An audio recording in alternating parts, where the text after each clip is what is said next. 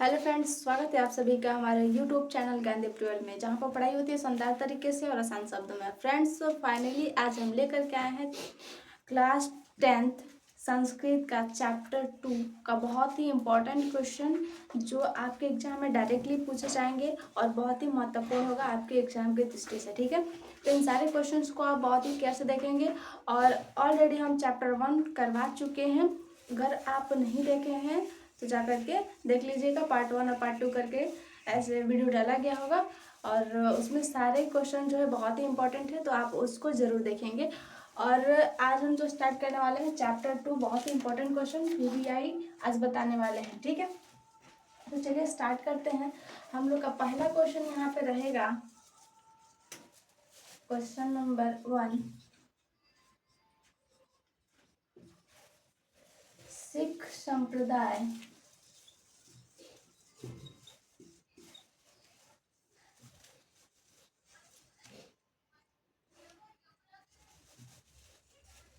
सिख संप्रदाय के लोगों के लिए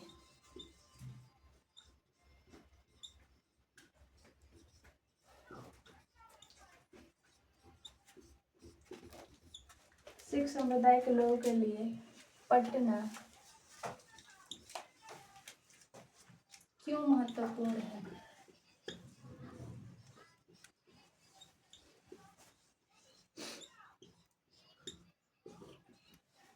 ठीक है, तो हम लोग का पहला क्वेश्चन यहाँ पे पूछा है, सिख संप्रदाय के लोगों के लिए पटना क्यों महत्वपूर्ण है। तो आप लोग पढ़े होंगे कि जो चैप्टर 2 है पाटलिपुत्र वैभवम है, इसमें क्या किया गया है कि पटना में क्या हुआ है कि जो सिख संप्रदाय के 10वें गुरु गोविंद सिंह, उनका जन्म हुआ था कहाँ पे? पटना में, जिसके कारण पटना एक जो स्थान है वो उनके जन्म स्थल होने के कारण बहुत ही महत्वपूर्ण है, बहुत ही फेमस हो चुका है। ठीक है, तो आइए इसका आंसर लिखते हैं कि किस प्रकार से लिखेंगे हम इसका आंसर। ठीक है, चलिए स्टार्ट करते हैं।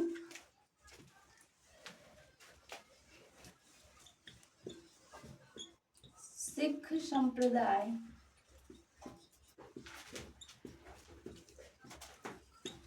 के 10वें गुरु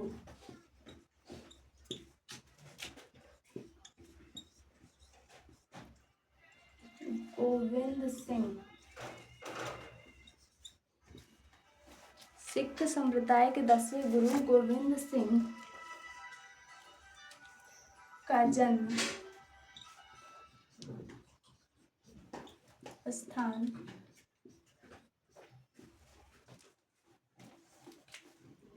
होने का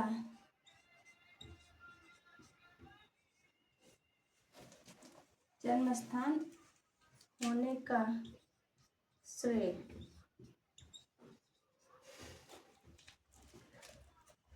पाटलिपुत्र को प्राप्त है।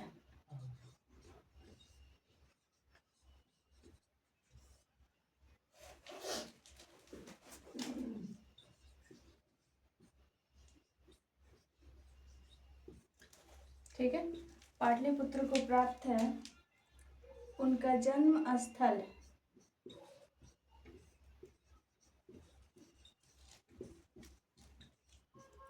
होने के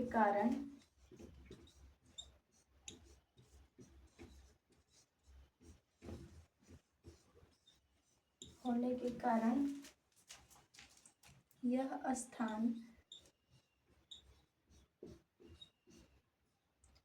विश्व में जन्म स्थान होने के कारण यह स्थान विश्व के सिखों के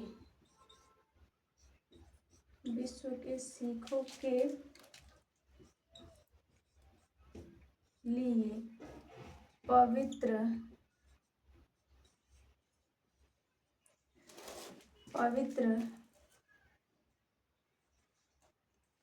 स्थान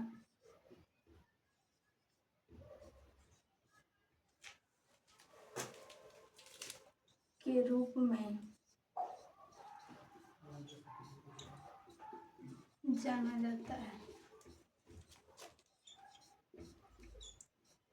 ठीक है, क्या है कि सिख संप्रदाय के 10वें गुरु गोविंद सिंह का जन्म स्थान होने की का श्रेय जो है पाटलिपुत्रों को प्राप्त है, यानी कि उनका जन्म कहाँ हुआ था? पाटलिपुत्र यानी पटना में हुआ था। और जन्मस्थल, उनका जन्मस्थल होने के कारण यह स्थान विश्व के सिखों के लिए पवित्र स्थान माना जाता है। ठीक है, चलिए अगले क्वेश्चन की तरफ पढ़ते हैं। हमारा अगला क्वेश्चन है, चलिए दूसरे क्वेश्चन की तरफ पढ़ते हैं। दूसरा क्वेश्चन हमारा है, कौन कौन से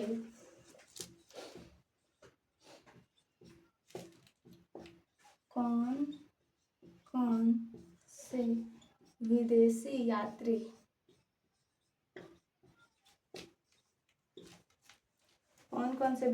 यात्री पटना आए थे?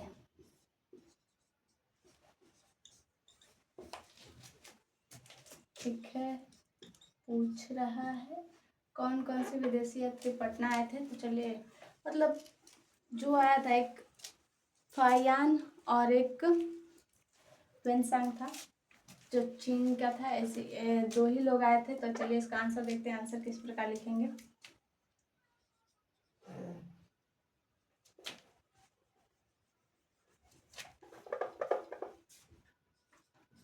पाटलिपुत्र आने वाले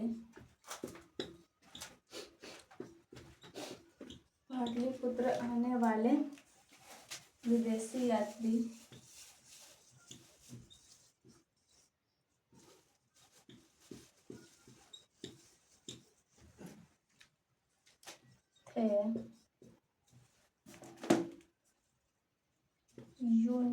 थे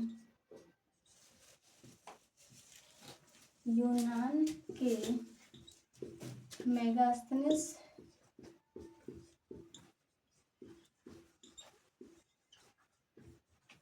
और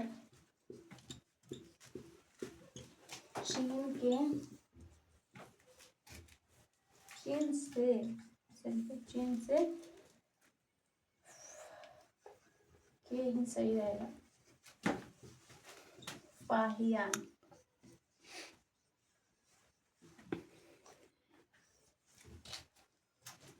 नामक यात्री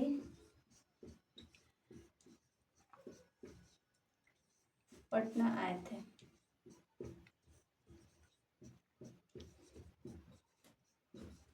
ठीक है, पाटलिपुत्र आने वाले विदेशी यात्री कौन कौन थे? पहला थे यूनान के मेगास्थनीज, जो यूनान के राजदूत था, है ना। और चीन का जो था फाहियान नामक यात्री, दो ही लोग जो थे पटना आए थे। ठीक है, अगले क्वेश्चन की तरफ बढ़ेंगे हम।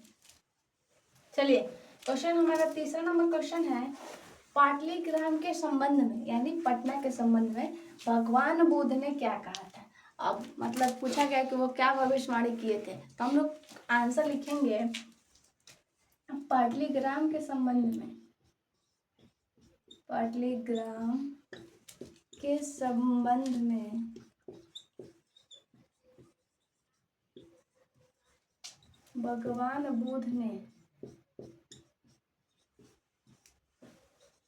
भगवान बुद्ध ने कहा था कि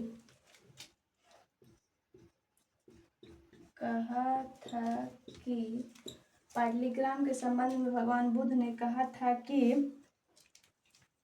भविष्य में यह महानगर बनेगा,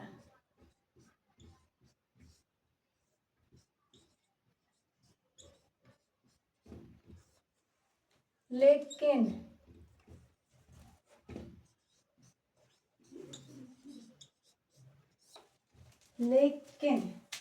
लगा दिया है, कलह। ठीक है, कलह। इसके अलावा क्वेश्चन पूछा, पाटलिग्राम के संबंध में भगवान बुद्ध ने क्या कहा था? तो पाटलिग्राम के संबंध में भगवान बुद्ध ने कहा था कि भविष्य में यह नगर जो होगा महानगर बनेगा, यानी कि सिटी बनेगा। ठीक है, सिटी बनेगा, बना भी है, लेकिन क्या होगा? कलह, अग्निदाह तक। अग्निदाह मतलब आग लगने के भय हमेशा बना रहेगा। कभी कहीं भी गर्मी के दिनों आप लोग देखते होंगे हमारे इस बिहार के इलाके में कहीं ना कहीं आग लगता ही रहता है। ठीक है, कभी उधर कभी उधर आग लगता रहता है। जलपुर यानी कि जैसे बाढ़ जैसी समस्या, कभी ज़्यादा बारिश हो गई तो बाढ़ आ जाएगी, नहीं होगा तो सुखाड़ आ जाएगा, है ना। समस्या से ग्रसित रहेगा, मतलब इस तरह की समस्या से ग्रसित रहेगा। तो कलह मतलब झगड़ा झंझट हमेशा होता ही रहेगा। आप लोग देखते होंगे हमारे इस बिहार में कि एक पानी किसी के द्वार पर गिर गया ना तो उसके लिए भी झगड़ा, ठीक है, या फिर थोड़ी थोड़ी बात के लिए झगड़ा होता ही रहता है, ठीक है। अगला क्वेश्चन देखिए हमारा है, चंद्रगुप्त मौर्य के काल में पाटलिपुत्र की रक्षा व्यवस्था कैसी थी। तो सबसे पहले बोर्ड को साफ करें। चलिए आंसर इसका लिखेंगे, रक्षा व्यवस्था कैसी थी। तो चलिए इसका आंसर लिखेंगे। इसका आंसर होगा चंद्रगुप्त मौर्य के काल में, यानी चंद्रगुप्त मौर्य के काल में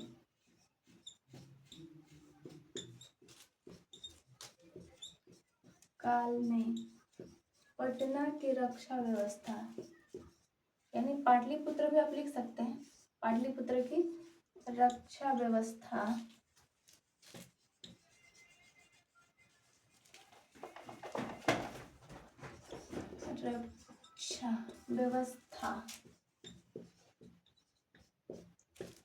अत्यंत उत्तम थी, ठीक है। अत्यंत उत्तम मतलब जिसको हम लोग बोलते हैं कुछ वेरी गुड, है। अत्यंत उत्तम थी जिसका उल्लेख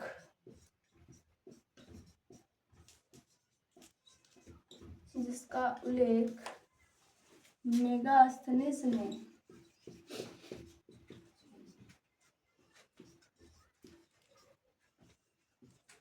अपनी पुस्तक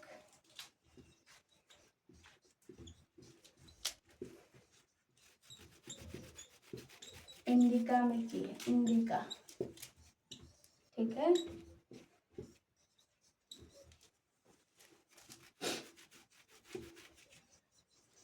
क्वेश्चन आंसर, क्वेश्चन नंबर 5 की तरफ चलेंगे। चलिए, क्वेश्चन राजशेखर ने पटना का उल्लेख किस रूप में किया है। तो आइए इसका आंसर लिखेंगे, राजशेखर ने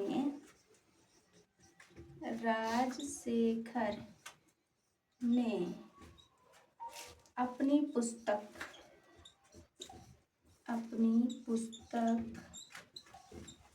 काव्य मीमांसा में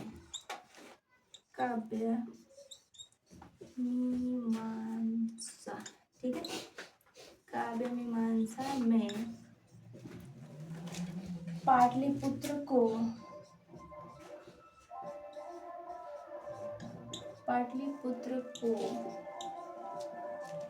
विद्या की देवी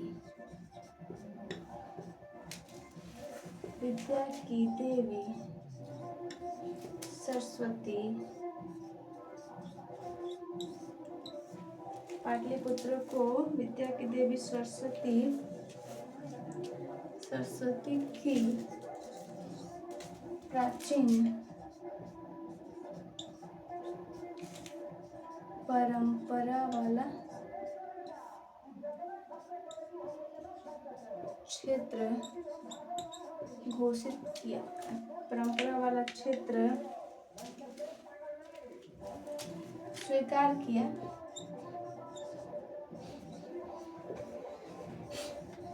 ठीक है। प्राचीन परंपरा वाला क्षेत्र स्वीकार किया एवं शिक्षा शास्त्रियों की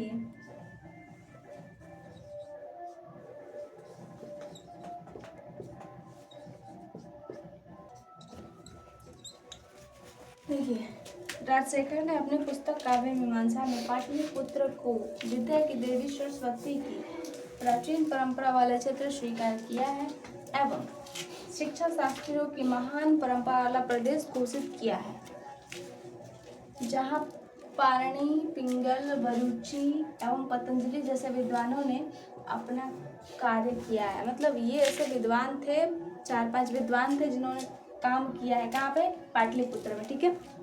आइए अगले क्वेश्चन की तरफ बढ़ेंगे। सबसे पहले बोर्ड को साफ करें।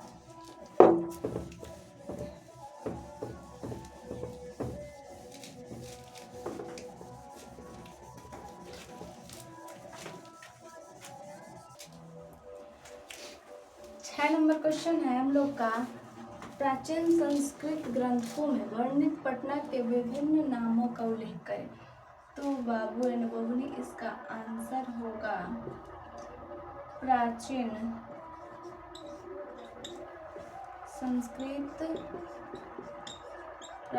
संस्कृत ग्रंथों में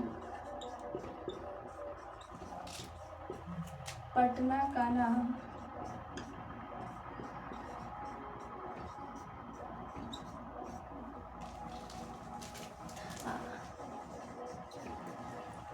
पुष्पपुर,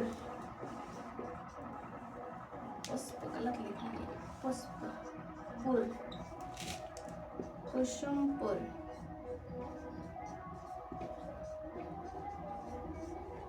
पुष्पपुर, कुसुमपुर, पाटलिपुत्र।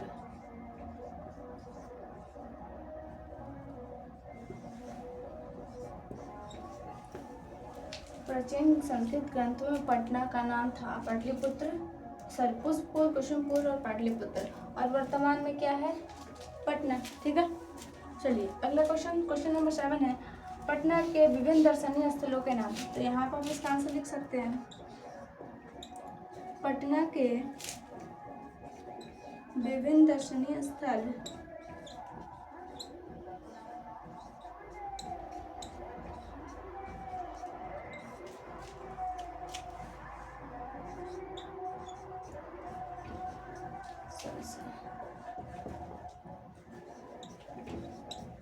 दर्शनीय स्थल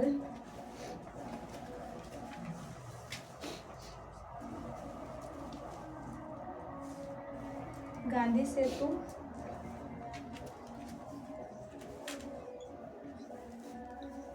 ठीक है,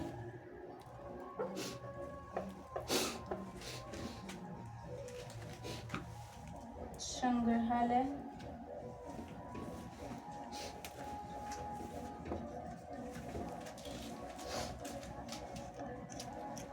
उच्च न्यायालय,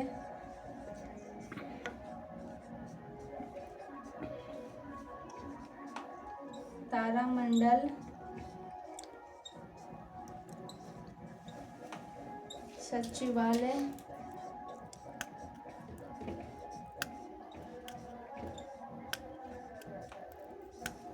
गोलघर,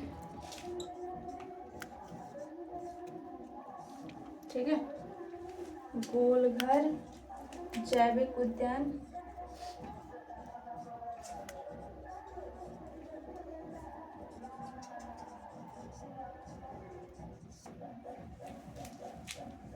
इत्यादि आप पढ़ सकते हैं।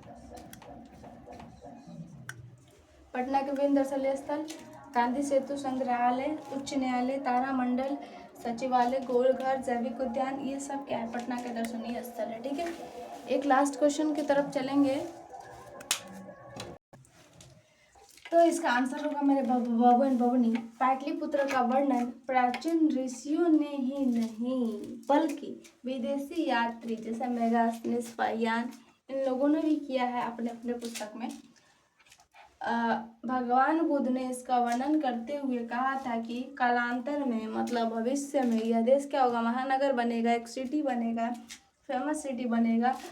जीवन के प्रत्येक क्षेत्र में, औद्योगिक हो या फिर धार्मिक हो या फिर राजनीतिक, कोई भी क्षेत्र हो, पटना का विशेष महत्व रहा है। और चंद्रगुप्त मौर्य के समय में यहाँ की रक्षा व्यवस्था जो थी बहुत ही उत्तम थी, और प्राचीन समय में यहाँ पे उत्सव होता था, कौमुदी महोत्सव करके मनाया जाता था, जो यहाँ पटना में बहुत ही फेमस था। ठीक है, जिसको हम लोग वर्तमान में दुर्गा पूजा के नाम से जानते हैं। ठीक है, फाइनली ये 8 क्वेश्चन जो चैप्टर 2 का है बहुत ही इम्पोर्टेंट है, बहुत ही महत्वपूर्ण है। तो इस सारे क्वेश्चन को आप बहुत ही केयर देखेंगे, याद करेंगे और बढ़िया से रिवीजन करके जाएंगे। अगर वीडियो पसंद आए तो वीडियो को लाइक और चैनल को सब्सक्राइब, और जाते जाते छोटा सा कमेंट भी करके चले जाना। Thanks for watching.